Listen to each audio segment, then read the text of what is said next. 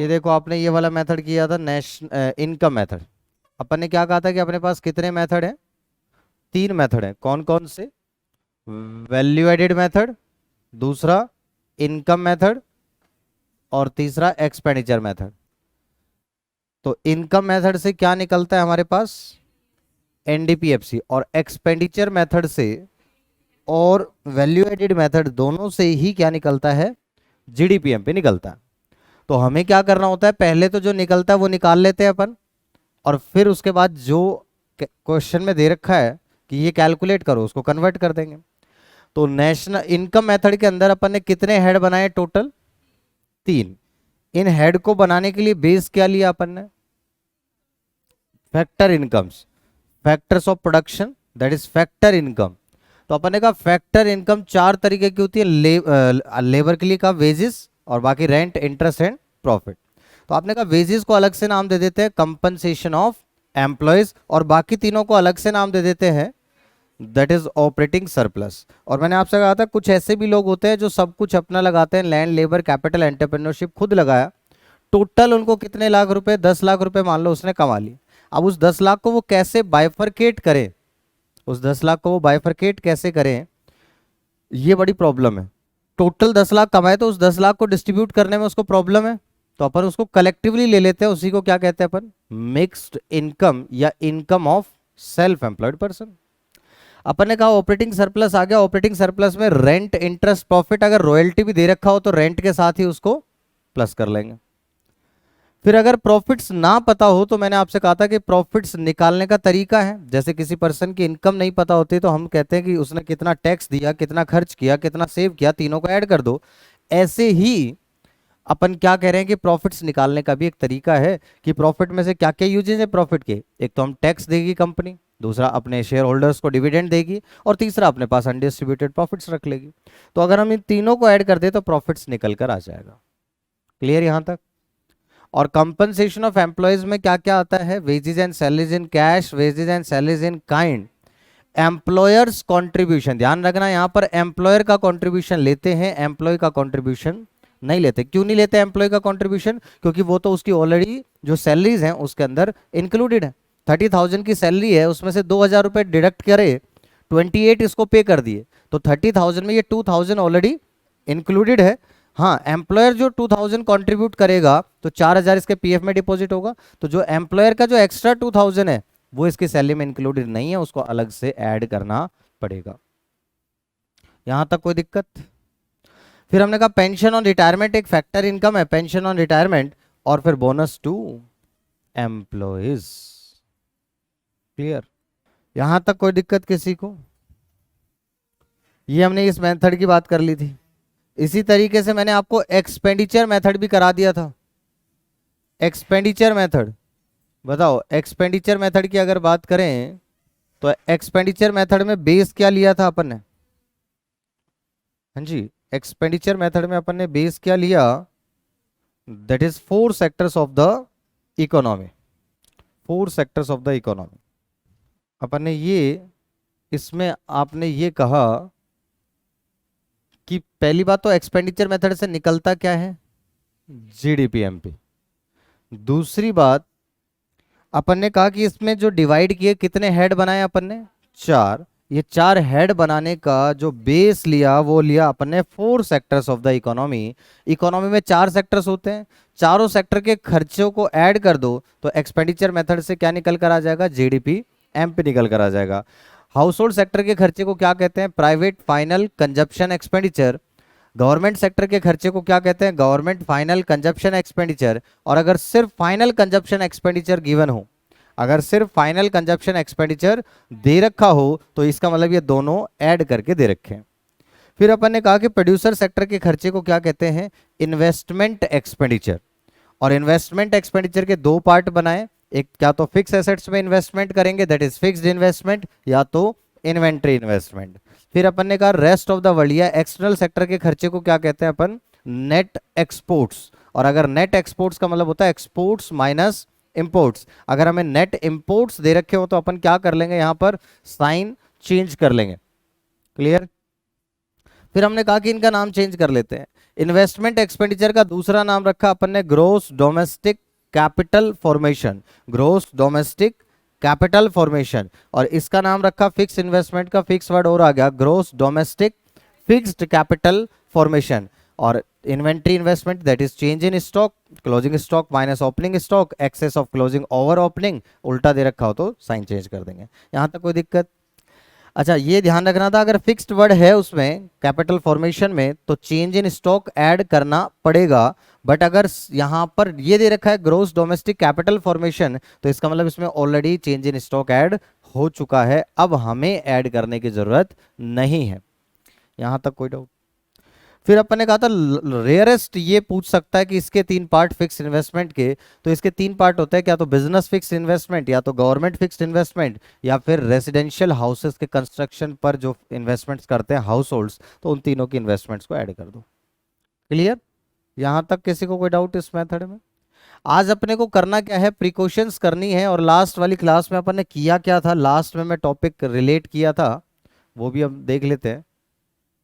ये क्वेश्चंस करने की कोशिश की थी। इस तरीके के क्वेश्चंस भी आते हैं हमारे पास। डोमेस्टिक इनकम में इनका ट्रीटमेंट क्या करेंगे? तो हमने कहा profits earned by branches of countries bank in other countries. SBI की ब्रांच है जापान में, क्या वो इंडिया की डोमेस्टिक इनकम में इंक्लूड होगा या नहीं होगा? तो आपको सोचना होता है। डेफिनेशन पढ़ चुके हैं कि डोमेस्टिक इनकम में आता क्या है, फैक्टर इनकम, जो कहां पे कमाई हो, डोमेस्टिक टेरिटरी में कमाई गई हो, किसने कमाई हो, चाहे किसी ने भी कमाई हो, चाहे रेजिडेंट रहे चाहे नॉन रेजिडेंट है। तो देखा प्रॉफिट क्या है, फैक्टर इनकम, ठीक है। ये कहां कमाई है ये देख लो, earn by branches of countries bank, मतलब एसबीआई की ब्रांच है अगर जापान में, तो वहां पर जो ब्रांच है जापान में, बताओ क्या वो इंडिया की डोमेस्टिक टेरिटरी का पार्ट है कि डोमेस्टिक टेरिटरी का पार्ट नहीं है? नहीं है, क्योंकि बताया था डोमेस्टिक टेरिटरी में पूरा इंडिया, एक चीज एक्सक्लूड और एक चीज इंक्लूड। हमने कहा था Indian embassies located outside India, वहां पर हमारी गवर्नमेंट का कंट्रोल होगा तो वो हमारी डोमेस्टिक टेरिटरी का पार्ट होती है। But foreign embassies located in India वो हमारी डोमेस्टिक टेरिटरी का पार्ट नहीं होंगी। तो क्या ये branch of SBI in Japan, क्या ये कोई एम्बेसी है? नहीं। तो क्या ये हमारी इंडियन टेरिटरी में, इंडियन डोमेस्टिक टेरिटरी का पार्ट बनेगी कि नहीं? नहीं।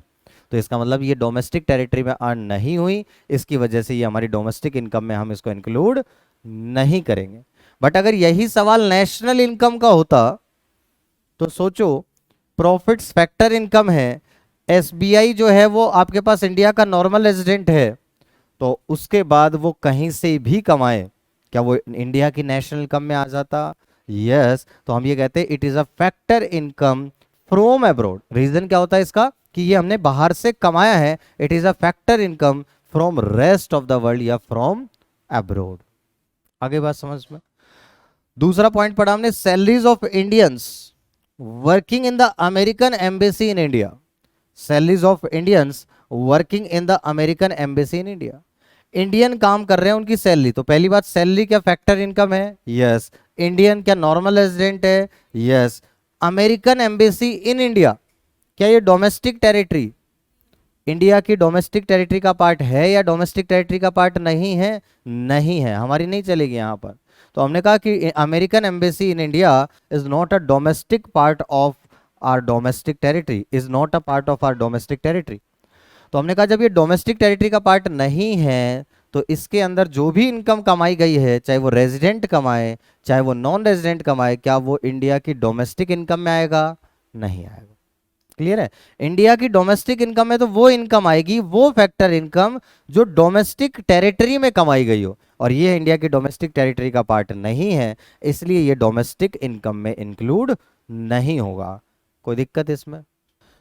लेकिन अगर इसको नेशनल इनकम के पॉइंट ऑफ व्यू से पूछूं तो अब आप फिर पॉइंट को चेक करें, डेफिनेशन याद रखना। फैक्टर इनकम, प्रॉफिट क्या सैलरी आपके पास फैक्टर इनकम है? यस। किसने कमाई हो? नॉर्मल रेजिडेंट ने। क्या इंडियन नॉर्मल रेजिडेंट है? यस। कहां से कमाई हो, कुछ बताया था क्या? नहीं। तो क्या कहीं से भी कमाई हो? यस। तो क्या ये नेशनल इनकम के अंदर इंक्लूड हो जाएगा? यस। और रीजन क्या देंगे? It is a factor income from abroad, क्योंकि इंडिया के बाहर से कमाया तो रेस्ट ऑफ द वर्ल्ड से ना, it is a factor income from rest of the world या फ्रॉम एब्रोड। बताओ क्या ये बात आप समझ पा रहे हैं? किसी को कोई डाउट? यस, डोमेस्टिक टेरिटरी के बाहर होते ही उसको अपन क्या कहते हैं? From abroad. डोमेस्टिक टेरिटरी के बाहर होते ही अपन उसको क्या कहते हैं? फ्रॉम एब्रोड कहते हैं। बात समझ में आ गई? जैसे profits earned bye foreign companies in India, तो प्रॉफिट क्या फैक्टर इनकम है? सबसे पहले तो यही चेक करो, डेफिनेशन में यही पॉइंट था, फैक्टर इनकम को लेंगे तो फैक्टर इनकम तो है प्रॉफिट्स। दूसरा पॉइंट, किसने कमाया? Foreign company. क्या इंडिया की नॉर्मल रेजिडेंट है? नहीं, फॉरेन कंपनीज इंडिया की नॉर्मल रेजिडेंट नहीं है। इनके हेडक्वार्टर के बेसिस पे देखते हैं, जिस कंपनी में इनका हेडक्वार्टर होता है, जहां से बिलोंग करती है, उन कंपनीज को उन कंट्रीज की ही नॉर्मल रेजिडेंट मानेंगे। फिर इसके बाद ये बात समझ में आई, इंडिया के अंदर पैसा कमाया, क्या ये इंडिया की डोमेस्टिक टेरिटरी का पार्ट है? फॉरेन कंपनी जो इंडिया में है, क्या वो इंडिया की डोमेस्टिक टेरिटरी में है? यस, क्योंकि इंडिया में से तो सिर्फ एक ही चीज एक्सक्लूड करते हैं अपन, foreign embassies located in India. तो हमने कहा ये इंडिया की डोमेस्टिक टेरिटरी का पार्ट है। और अगर ये इंडिया की डोमेस्टिक टेरिटरी का पार्ट है तो क्या ये डोमेस्टिक इनकम के अंदर इंक्लूड हो जाएगा? Yes, factor income earned bye non resident, non resident के द्वारा कमाई गई है लेकिन डोमेस्टिक टेरिटरी में। और डोमेस्टिक इनकम का तो मतलब ही क्या कह रहे हैं हम, कि फैक्टर इनकम होनी चाहिए और डोमेस्टिक टेरिटरी में अर्न होनी चाहिए, कमाए कोई भी, हमें उससे फर्क नहीं पड़ता। बट क्या ये नेशनल इनकम में आएगी कि नहीं आएगी? नहीं आएगी। क्यों नहीं आएगी नेशनल इनकम में? क्यों? क्योंकि जो फॉरेन कंपनीज हैं, क्या वो इंडिया के नॉर्मल रेजिडेंट है? नहीं। वो आपको डेफिनेशन याद होनी चाहिए कि नेशनल इनकम का मतलब होता है फैक्टर इनकम जो किसने कमाई हो? Normal resident. कहां से कमाई हो? कहीं से भी कमाई हो।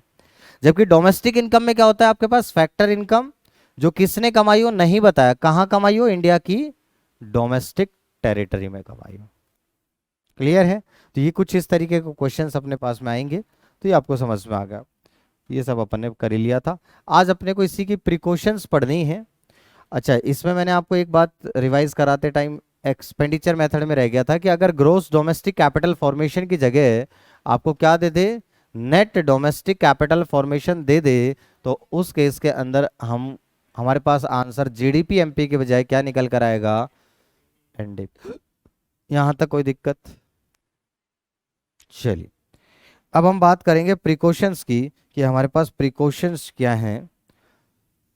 तो अब प्रिकॉशंस की बात कर लेते हैं, that is precautions of value added method. Precautions of value added method. Total precautions कितनी है? 6 प्रिकॉशन है। वैल्यू एडेड मेथड में टोटल प्रिकॉशंस कितनी है? 6 प्रिकॉशंस। अब याद रखने का जो तरीका रहेगा वो आपके पास 2 2 2 रहेगा। मतलब अपन इसको याद ऐसे रखेंगे, 2 पॉइंट एक साथ, 2 पॉइंट एक साथ और 2 पॉइंट एक साथ। तो याद रखने का जो तरीका है वो ये है, 2 पॉइंट्स, 2 पॉइंट्स और 2 पॉइंट्स। एक बार बुक दिखाना। पहले 2 पॉइंट जो हैं वो है हमारे पास सेकंड हैंड गुड्स पर। पहले 2 पॉइंट जो हैं हमारे पास वो है सेकंड हैंड गुड्स। पहले 2 पॉइंट जो हैं वो है हमारे पास second hand goods. Value of sale and purchase of second hand goods included या नॉट इंक्लूडेड? Not included. क्यों इंक्लूड नहीं करते ये समझो इसको, क्योंकि जिस साल में इनका पहली बार प्रोडक्शन हुआ होगा उस साल ये जीडीपी में काउंट हो गए होंगे। भाई जीडीपी का मतलब क्या होता है? Production of goods and services, जितना भी इकोनॉमी के अंदर हुआ है डोमेस्टिक टेरिटरी में। तो हमने कहा जब ये पहली बार प्रोड्यूस हुए थे तब इनको हमने जीडीपी में काउंट कर लिया होगा।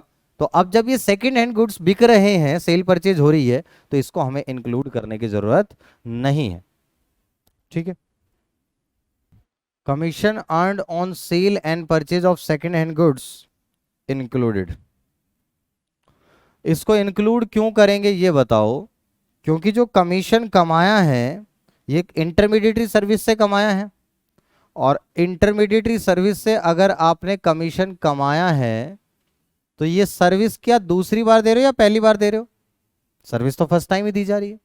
भाई आप पता है आपको जब कोई भी प्रॉपर्टी या लैंड परचेज या कोई भी सेकंड हैंड गाड़ी वगैरह बेचते हैं तो ब्रोकर्स होते हैं, तो जो बीच में आपके पास कमीशन लेते हैं सेल परचेज करवाने के लिए, तो वो जो कमीशन की जो इंटरमीडिएटरी जो सर्विस दे रहे हैं ये लोग, क्या ये सर्विस पहली बार दे रहे हैं या दूसरी बार दे रहे हैं? ये तो फर्स्ट टाइम दे रहे हैं।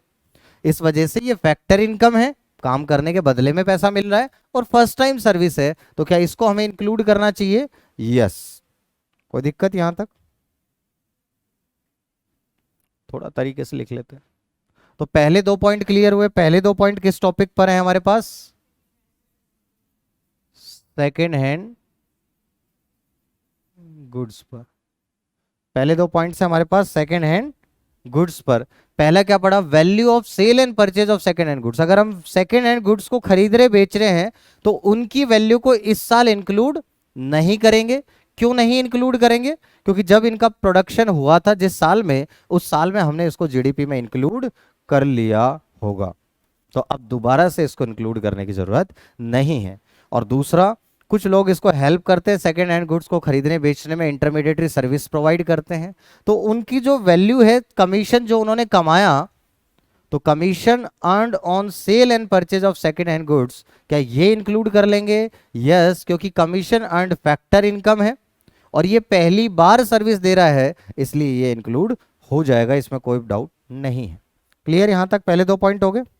अगले दो पॉइंट है सेल्फ कंजप्शन पर। अगले दो पॉइंट है सेल्फ कंजप्शन पर। अगर किसी ने सर्विसेज सेल्फ कंज्यूम की हैं तो उसकी वैल्यू हम इंक्लूड नहीं करते। इसको आप ऐसे लिख सकते हैं, self consumption of services. Self consumption of services. Self consumption of services, इनको अपन इंक्लूड नहीं करेंगे,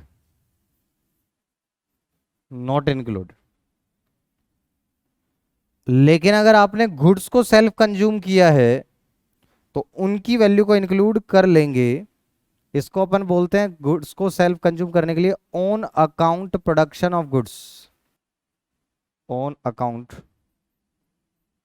प्रोडक्शन ऑफ गुड्स, इसको इंक्लूड करेंगे, इंक्लूडेड। अब क्यों करते हैं और क्यों नहीं करते इसको समझते हैं। हमने कहा जब सेकंड पॉइंट है हमारे पास सेल्फ कंजप्शन, इस पे दो पॉइंट है। सर्विसेज का सेल्फ कंजप्शन करेंगे तो इंक्लूड नहीं करेंगे, बट गुड्स का सेल्फ कंजप्शन करेंगे तो इसकी वैल्यू को इंक्लूड कर लेंगे। रीजन क्या है उसको समझते हैं। देखो, गुड्स के केस में क्या होता है, जैसे एसी बनाती है कंपनी। अब एसी बना रही है कंपनी और बाहर मार्केट में बेच रही है। अब वही एसी अगर उसको अपने यहाँ फैक्ट्री में भी लगाने हैं तो क्या वही एसी यूज कर लेगी? वो बाहर से थोड़ी ना खरीद कर लाएंगे। जब हम खुद बना रहे हैं तो हम दूसरों के पास थोड़ी जाएंगे। तो हमने वो एसी खुद यूज कर लिया। तो इस केस में मुझे ये बताओ, क्या ये जो एसी है, क्या इसकी वैल्यू डिटरमाइन करना बहुत आसान है? क्या ये वैसा ही प्रोडक्ट है, सेम एसी है जो मार्केट के लिए हमने प्रोड्यूस किया था? तो जब ये सेम एसी है तो इसकी मार्केट वैल्यू डिटरमाइन करना हमारे लिए बहुत आसान है, इसलिए हम इसकी वैल्यू को तो इंक्लूड कर लेते हैं। बट सर्विसेज की वैल्यू आपके लिए डिटरमाइन करना बड़ा मुश्किल काम है, क्योंकि सर्विसेज की वैल्यू तो अलग अलग डिपेंड करती है कि हम कैसी सर्विसेज दे रहे हैं। तो हमने कहा कि सर्विसेज की मार्केट वैल्यू कितनी, उस सर्विस की मार्केट वैल्यू कितनी होगी, ये डिटरमाइन करना मुश्किल है। बट इसके केस में कोई प्रॉब्लम नहीं है, तो गुड्स को तो ले लेंगे बट सर्विसेज को नहीं लेंगे। समझ में आ गया? फिर बता देता हूं हमने क्या कहा। पहले गुड्स के पॉइंट को समझे कि goods self consumption of goods की बात कर लें या on account production of goods, मतलब खुद के लिए प्रोड्यूस कर रहे हैं। तो जैसे एसी हमने खुद के लिए बनाए, जैसे मार्केट के लिए बनाए थे, क्या ये वैसे ही एसी हैं हमारे पास जो हम खुद यूज कर रहे हैं? यस। तो इनकी मार्केट वैल्यू इजिली डिटरमाइनेबल है कि ये गुड है, ये इतने का बाहर बिकता, यही हम इसको यूज कर रहे हैं। बट सर्विस के केस में ऐसा नहीं होता। सर्विस डिपेंड करता है, सर्विस का अमाउंट कम ज्यादा कुछ भी हो सकता है, डिपेंड करता है कि हम किस टाइप की सर्विसेज दे रहे हैं। समझ रहे हो ना? सर्विस देने में फर्क है। सर्विस के अंदर कोई मार्केट वैल्यू ऐसी नहीं होती कि आप मार्केट में ऐसा दे रहे हैं तो यही मार्केट वैल्यू ऐसी होगी। बात समझ में आ रही है? पढ़ाने का तरीका है, किसी को अलग कोर्स पे पढ़ाया जा सकता है, अलग तरीके से पढ़ाया जा सकता है। तो सर्विसेज की जो मार्केट वैल्यू वो पर्सन टू पर्सन और उस टाइम सर्विस देने पर डिपेंड करता है कि वो कैसे दे रहे हैं, है ना? तो हम कह रहे हैं कि सर्विसेज की मार्केट वैल्यू डिटरमाइन करना हमारे लिए पॉसिबल नहीं है, आसान नहीं है। इसलिए हम कह रहे हैं कि इसकी वैल्यू को इंक्लूड नहीं करेंगे। तो हमने कहा कि सेल्फ कंजप्शन ऑफ सर्विस को इंक्लूड नहीं करना है, लेकिन on account production of goods को हमें इंक्लूड कर लेना है। फिर आगे 2 पॉइंट और आ गए। 2 पॉइंट्स हैं सेपरेट, दोनों पॉइंट्स अलग अलग। अब ये 2 पॉइंट्स क्या होंगे? Value of intermediate goods, value of intermediate goods बताओ इंक्लूड करेंगे कि नहीं करेंगे? नहीं करेंगे, नॉट इंक्लूडेड। ये तो आपको पता है, क्यों? क्योंकि इंटरमीडिएट गुड्स की वैल्यू ऑलरेडी फाइनल गुड्स की वैल्यू में एडेड होती है, इंक्लूडेड होती है। लास्ट पॉइंट आ गया, that is imputed rent of self occupied houses. इसको अपन इंक्लूड कर लेंगे। इम्प्यूटेड मतलब implicit cost which is not payable to someone, मतलब किसी को हम दे नहीं रहे हैं, लेकिन ये कह रहे हैं कि हर घर की एक रेंटल वैल्यू होती है और हमें उसको इंक्लूड करना है। तो इसको ध्यान रखना, बाकी इसके अलावा और कुछ नहीं है। हमने कहा हर घर की एक रेंटल वैल्यू होती है, इसलिए हम उसको इंक्लूड कर लेंगे। बताओ क्या यहां तक कोई दिक्कत किसी को प्रिकॉशंस में? तो टोटल कितने पॉइंट्स पढ़ लिए अपन ने? 6 पॉइंट। टोटल कितने पॉइंट पढ़े अपन ने? 6 पॉइंट। डिवाइड कैसे किया? 2 2 2। कैसे याद किया? 2 2 2, 2 2 2 की बात करी आपने। पहले 2 पॉइंट किस पर हैं? सेकेंड हैंड गुड्स पर। अगले 2 पॉइंट किस पर हैं? सेल्फ कंजप्शन पर। अगले 2 पॉइंट क्या हैं? सेपरेट है। हमने सेकेंड हैंड गुड्स में बात करी तो हमने कहा value of sale and purchase of second hand goods नहीं लेंगे, नॉट इंक्लूडेड, क्योंकि जिस साल में इनका प्रोडक्शन हुआ होगा उस साल में हमने इनको इंक्लूड कर लिया होगा। दूसरा, commission earned on sale and purchase of second hand goods. Second hand goods को खरीदने बेचने में कुछ इंटरमीडिएटरी सर्विस देते हैं लोग, एजेंट्स, वो कमीशन कमाते हैं। क्या वो कमीशन, वो जो सर्विस दे रहे हैं इंटरमीडिएटरी सर्विस, क्या वो तो पहली बार ही दे रहे हैं?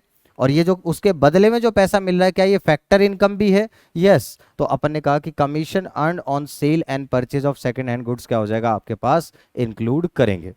कोई दिक्कत पहले 2 पॉइंट्स में? फिर अपन ने कहा सेल्फ कंजप्शन। अगर हम सर्विसेज का सेल्फ कंजप्शन कर रहे हैं तो उनको इंक्लूड नहीं करेंगे, क्योंकि सर्विसेज की मार्केट वैल्यू डिटरमाइन करना हमारे लिए पॉसिबल नहीं है। लेकिन अगर हम गुड्स का सेल्फ कंजप्शन कर रहे हैं, on account production of goods कर रहे हैं, तो क्या उनको अपने को इंक्लूड करना चाहिए? यस, क्योंकि ये वैसे ही गुड्स हैं जैसे हमने मार्केट के लिए प्रोड्यूस किए हैं। तो इनकी मार्केट वैल्यू डिटरमाइन करना बड़ा आसान है। ये सेम गुड्स हैं, वही एसी मार्केट के लिए प्रोड्यूस किया, वही एसी हमने यहाँ यूज कर लिया, तो उसकी मार्केट वैल्यू इजीली डिटरमाइनेबल है, इसलिए हम उसको इंक्लूड करेंगे। फिर हमने 2 पॉइंट सेपरेट में कहा कि value of intermediate goods, intermediate goods की वैल्यू को नहीं लेंगे। वैसे ही आपको पता है कि इंटरमीडिएट कंजप्शन नहीं लेते थे, माइनस करते थे, या इंटरमीडिएट गुड्स की वैल्यू ऑलरेडी फाइनल गुड्स की वैल्यू में इंक्लूडेड होती है, इस वजह से हम इनको भी इंक्लूड नहीं करेंगे। और last point, that is imputed rent of self occupied house. तो हर घर की एक रेंटल वैल्यू होती है ये कहते हैं, और इसलिए हम उसको इंक्लूड कर लेंगे। तो ये 6 पॉइंट्स आपको ध्यान रखने हैं, ये आपको इंक्लूडेड नॉट इंक्लूडेड में कहीं ना कहीं हेल्प करेंगे। इसी तरीके से हमें इनकम मेथड की प्रिकॉशंस याद करनी है, उसमें 10 है। फिर हमें एक्सपेंडिचर मेथड की याद करनी है, उसमें 5 है। ये 2 क्लास का काम है हमारा, तब जाकर ये हमारे पास चैप्टर कंप्लीट हो जाएगा। उसके बाद नेशनल इनकम 100% हो जाएगा। कुछ क्वेश्चंस की प्रैक्टिस करनी है, मतलब within this week 100% national income हमारा कंप्लीट हो जाएगा विद क्वेश्चंस वगैरह सब कुछ करने के बाद। ठीक, तो ये आपके पास यहाँ तक हो गया। अब ये करने के बाद ये 6 प्रिकॉशंस याद हो गए। अब मैं इनकम मेथड पर चलूं थोड़ा थोड़ा। इनकम मेथड के अंदर टोटल प्रिकॉशंस कितनी है? 10। यहां पे याद करने का तरीका कितना था? टोटल प्रिकॉशन कितनी थी? 6। याद करने का तरीका क्या था? 2 2 2। अब इनकम मेथड आएगा, उसमें प्रिकॉशंस हैं 10, और याद करने का तरीका होगा 3 2 3 2। क्या होगा? 3 2 3 2। याद करने का तरीका है, कभी जिंदगी में नहीं भूलोगे। क्लियर? बात समझ में आ गई? ये आपके पास प्रिकॉशंस का क्वेश्चन भी आ जाता है समटाइम्स, 6 मार्क्स में थ्योरेटिकल क्वेश्चन आ जाता है, right precautions of this method. तो ये भी मत सोचो कि ये कभी डायरेक्ट नहीं पूछता, ये डायरेक्टली भी पूछ लेता है और इनडायरेक्ट तरीके से वो इंक्लूडेड नॉट इंक्लूडेड भी आ जाता है। बट एक क्वेश्चन वो चॉइस में आता है, 6 मार्क्स में चॉइस में आता है, तो इसलिए अगर हम प्रैक्टिकल भी कर रहे हैं तो भी हमें कोई प्रॉब्लम नहीं है, वो प्रैक्टिकल आता ही आता है ना? हाँ, वो आता ही आता है, वो ऑलवेज आता है। ये 6 नंबर वाले क्वेश्चन में हमेशा चॉइस आती है और उसमें से एक क्वेश्चन वो आपका रहेगा ही रहेगा। ठीक। लेकिन अपने को कोई चीज़ छोड़नी नहीं है, कोई चीज़ करनी नहीं है, तो अपने को बढ़िया तरीके से यहाँ पे प्रैक्टिस करनी है। अब देखो ये 6 टोटल प्रिकॉशंस पड़ी, दो दो दो में, 2 second hand goods, 2 self consumption, 2 separate. Clear है। अब हम पढ़ेंगे इनकम मेथड की टोटल 10 प्रिकॉशंस। उस 10 में से 3 तो यहीं लिखी हुई हैं, तो हम पहले पॉइंट बनाएंगे 3 वाला, दैट इज कॉमन। पहला पॉइंट क्या होगा हमारा? कॉमन। ये सब लिखवाऊंगा। तो हमने कहा ये 3 पॉइंट्स कॉमन होंगे। कौन कौन से 3 पॉइंट्स कॉमन होंगे? इसके अंदर जो जो इंक्लूडेड वाले पॉइंट्स हैं हर बंच में से, इसमें से कौन सा point? Commission earned on sale and purchase of second hand goods. इसमें से कौन सा point? On account production of goods. और इसमें से कौन सा point? Imputed rent of self occupied houses. ये तीनों तो क्या होंगे आपके पास? इंक्लूड होंगे ही होंगे, मतलब एक्सपेंड इनकम मेथड के प्रिकॉशंस में भी ये 3 पॉइंट आएंगे एज इट इज। तो अगर आपको याद करने तो एक बार मेहनत करके 2 बार काम चल गया हमारा, कि इनकम मेथड का क्वेश्चन आएगा वहां पर भी लिख सकते हैं, एक्सपेंडिचर मेथड इसमें वैल्यू एडेड में है तो यहाँ पे भी लिख सकते हैं। क्लियर है? तो 3 पॉइंट याद हो गए आपको। ये 3 पॉइंट कैसे याद करने हैं अपने को? 3 पॉइंट कॉमन। कॉमन कौन से मेथड से? वैल्यू एडेड मेथड से। जो जो इंक्लूडेड वाले पॉइंट है वो तीनों ले लो। जो जो इंक्लूडेड वाले पॉइंट है वो तीनों ले लो। तो इंक्लूडेड वाले पॉइंट कौन कौन से हैं? Commission earned on sale and purchase of second hand goods, on account production of goods and imputed rent of self occupied houses. 3 point याद हो जाएंगे सबको इनकम मेथड के। 2 पॉइंट और याद करा देता हूं, बाकी 3 पॉइंट अपन बाद में याद करेंगे। 2 पॉइंट की बात अपन करें तो अगले 2 पॉइंट हैं, ये आपको चार्ट से याद होंगे। मैंने आपको क्या बताया था कि अगर कंपनसेशन ऑफ एम्प्लॉयज की वैल्यू दे रखी हो तो हम उसके कंपोनेंट्स को इंक्लूड नहीं करेंगे। ये 4th पॉइंट है। अगर प्रॉफिट्स दे रखे हों तो उसके कंपोनेंट्स को इंक्लूड नहीं करेंगे। ये 5th पॉइंट है। 5 पॉइंट याद हुए कि नहीं हुए? कैसे? 3 2 3 कॉमन 2 चार्ट से, 3 कॉमन 2 चार्ट से, तो याद हो जाएंगे 3 2, है ना? तो पहले 3 2 याद हो गए, 3 2 5। बताओ यहां तक एक बार फिर रिपीट कर लो। वैल्यू एडेड मेथड की टोटल प्रिकॉशंस कितनी है? 6। कैसे याद की? 2 2 2। पहली 2 किस पर हैं? Second hand goods. अगली 2 सेल्फ कंजप्शन और अगले 2 सेपरेट। हमने कहा 2 जो सेकेंड हैंड गुड्स पर हैं वो सेकेंड हैंड गुड्स की वैल्यू अपन ने कहा था value of sale and purchase of second hand goods not included. क्यों? क्योंकि जिस साल में प्रोडक्शन इनका पहली बार हुआ था उस साल में इनको जीडीपी में इंक्लूड कर लिया था। दूसरा का commission earned on sale and purchase of second hand goods. तो सेकेंड हैंड गुड्स पे जो हमने सेल एंड परचेज पे, सेकेंड हैंड गुड्स की जो सेल परचेज पे कमीशन कमाया, ये फैक्टर सर्विस है और ये बदले में ये आपके पास फर्स्ट टाइम सर्विस है, तो इसको इंक्लूड करेंगे। फिर अगले पॉइंट आगे सेल्फ कंजप्शन। सर्विसेज का सेल्फ कंजप्शन किया तो इंक्लूड नहीं करेंगे क्योंकि सर्विस की मार्केट वैल्यू डिटरमाइन करना आसान नहीं है। बट अगर गुड्स का सेल्फ कंजप्शन किया, on account production of goods किया, तो उस केस में उसको इंक्लूड, उसकी वैल्यू को इंक्लूड कर लेंगे क्योंकि वो वैसे ही गुड्स हैं जैसे अपन ने मार्केट के लिए प्रोड्यूस किए थे। इनकी मार्केट वैल्यू डिटरमाइन करना बहुत आसान है, इजी है, इसलिए इसको कर लेंगे, कोई दिक्कत इसमें। इसके बाद अपने पास आ गया दैट इज सेपरेट। तो वैल्यू ऑफ इंटरमीडिएट गुड्स नहीं लेंगे क्योंकि इंटरमीडिएट गुड्स की वैल्यू तो ऑलरेडी फाइनल गुड्स की वैल्यू में इंक्लूडेड होती है।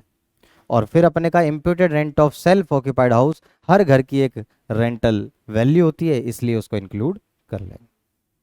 फिर यहां से हमने फिर पढ़ा कि इनकम मेथड की बात करें तो इनकम मेथड में टोटल कितने पॉइंट्स हैं? 10 पॉइंट है। 10 पॉइंट कैसे याद करेंगे? 3 2 3 2। पहले 3 कॉमन है इस मेथड के साथ, तो इसमें कौन से 3 पॉइंट लेने हैं? इंक्लूडेड वाले। तो कौन कौन से? हर बंच में से एक एक आ जाएगा आपके पास में। That is commission earned on sale and purchase of second hand goods, on account production of goods and imputed rent of self occupied houses. Clear है? यहां तक कोई डाउट है तो बताओ। 3 तो ये हो गए। 2 पॉइंट कैसे याद करें अपन ने? चार्ट से। 2 पॉइंट कैसे याद करें अपन ने? चार्ट से, कि अगर कंपनसेशन ऑफ एम्प्लॉयज को इंक्लूड कर लिया then its components not included. अगर आपने प्रॉफिट्स को इंक्लूड कर लिया then its components not included. यहां तक बात समझ में आ गई? चलिए अब अगले पॉइंट भी ऐसी हैं, 3 2। तो पहले 3 एक जैसे हैं, तो 3 एक जैसे हैं, उनका इसलिए एक बंच बनाया। कैपिटल गेन, ये सबसे ज्यादा पूछता है। कैपिटल गेन या विंडफॉल गेन, लॉटरी लग जाए, देने वाला जब भी देता देता छप्पर फाड़ के, है ना? तो वही चीज है। तो हमने कहा कि विंडफॉल गेन, इसी को तो कहते हैं छप्पर फाड़ के। हाँ भाई, देने वाला जब भी देता। तो कैपिटल गेन या विंडफॉल गेन अगर लॉटरी लग जाए तो मुझे बताओ, लॉटरी लगने से क्या इकोनॉमी में क्या कोई गुड्स एंड सर्विसेज का फ्लो बढ़ रहा है? नहीं। तो इसीलिए उसको इंक्लूड नहीं करते हैं। क्लियर है? तो हम उसको इंक्लूड नहीं करेंगे। हमें तो यहां तो production of goods and service को बढ़ाना है, तो बट इससे कुछ गुड्स या सर्विसेज का प्रोडक्शन बढ़ ही नहीं रहा है, इसलिए हम उसको इंक्लूड नहीं करते हैं। ठीक है, पहला एक point. Illegal income, illegal income को भी हम इंक्लूड नहीं करेंगे। इलीगल इनकम को भी हम इंक्लूड नहीं करते हैं। और फिर एक पॉइंट और आएगा हमारे पास, that is transfer income. Transfer income को हम इंक्लूड करते हैं कि नहीं करते हैं? नहीं करते हैं, ये हम पहले ही पढ़ चुके हैं। तो हमने कहा ट्रांसफर इनकम, इलीगल इनकम और कैपिटल या तो विंडफॉल गेन, तो ये तीनों पॉइंट भी हम इंक्लूड नहीं करेंगे। क्लियर है? ऐसा होगा, पहले 3 पॉइंट इंक्लूड करें, फिर अगले 2 पॉइंट आपने कहा कि अगर इनको ले लिया तो इनको इंक्लूड नहीं करेंगे, अगले 3 पॉइंट भी क्या करें कि इनको इंक्लूड नहीं करेंगे। किस किस को इंक्लूड नहीं करेंगे? ट्रांसफर इनकम को इंक्लूड नहीं करते, दूसरा विंडफॉल गेन, इलीगल इनकम को इंक्लूड नहीं करेंगे, और कैपिटल या windfall gain, sale of lottery tickets वगैरह जो भी है, लॉटरी लग जाना, तो वो विनिंग ऑफ लॉटरी, इनको भी इंक्लूड नहीं करेंगे। याद हो गया यहाँ तक? तो आज इतना ही कर लो यहीं तक, बाकी फिर अपन नेक्स्ट क्लास में कर लेंगे, कोई प्रॉब्लम। ठीक है।